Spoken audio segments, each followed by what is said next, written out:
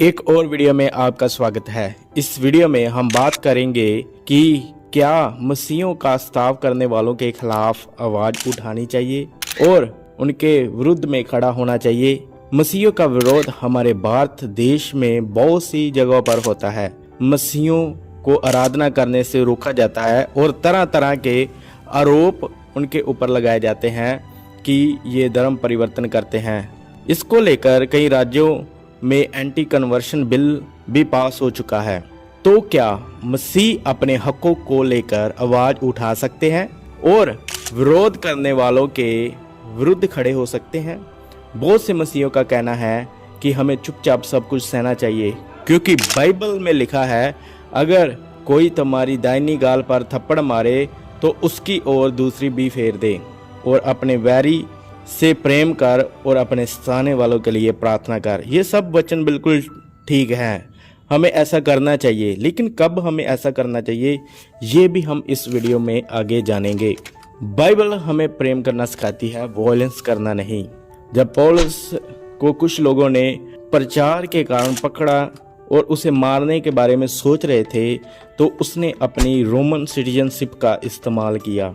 तो जब उनको पता चला कि ये एक रोमी है तो उन्होंने उसे मारने से परहेज किया और वह डर गए, क्योंकि पौलुस ने अपनी आवाज़ उठाई और जिसके कारण क्या है वह बच गया।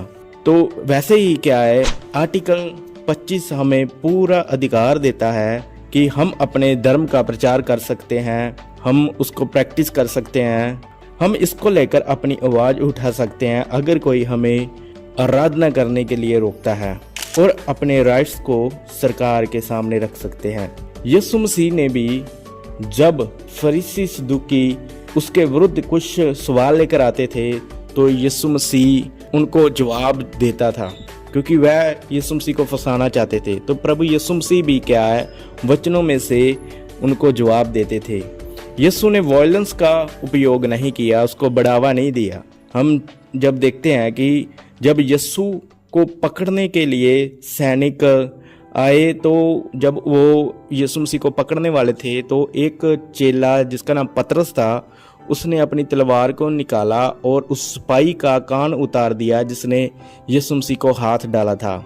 तो यीशु ने क्या है, पतरस को ऐसा करने से रोका और उसको कहा कि अपनी तलवार को म्यान में रख, क्योंकि मैं तलवार चलाने नहीं आया। तो यीशु ने उस सिपाही के कान को पकड़ा और उसको फिर दोबारा उसके साथ जोड़ दिया और उसको चंगा कर दिया।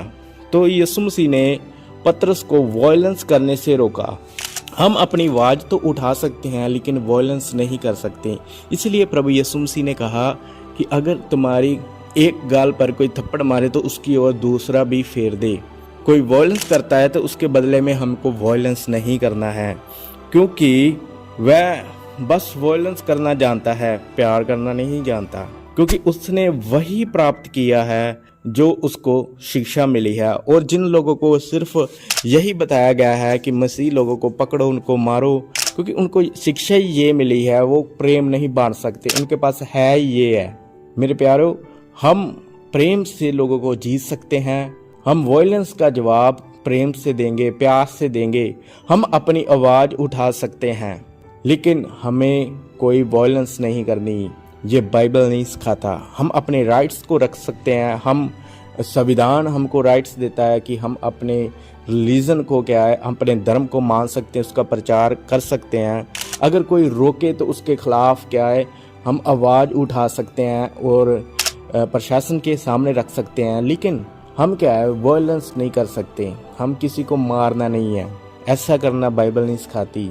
मसीह प्रेम करना सिखाता है। इसलिए उसने पतरस को भी रोका कि तुम ऐसा मत करो, तो पतरस वहाँ पे रुक गया। तो आगे देखते हैं कि चेलों ने भी वैसे ही किया। जब चेले प्रभु यीशु मसीह के प्रचार को लेकर निकले तो उनको भी मारा गया। उन्होंने भी सताव का सामना किया, उन्होंने प्रार्थना की कि जो उनको सताते थे। तो जैसे हम देखते हैं कि पौलुस सताता था कलीसिया को, तो प्रभु यीशु मसीह ने क्या है, उसको पकड़ लिया। तो वह भी क्या है, बाद में प्रभु यीशु मसीह के लिए मार खाने के लिए तैयार हो गया, प्रचार करने के लिए तैयार हो गया।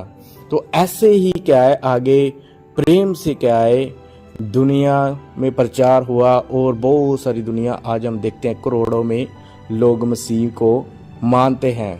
तो ऐसा ही क्या है हमें वचन सिखाता है, एक दिन क्या मसीहों की जीत होगी, प्रेम की जीत होगी, ना कि वायलेंस की। God bless you all.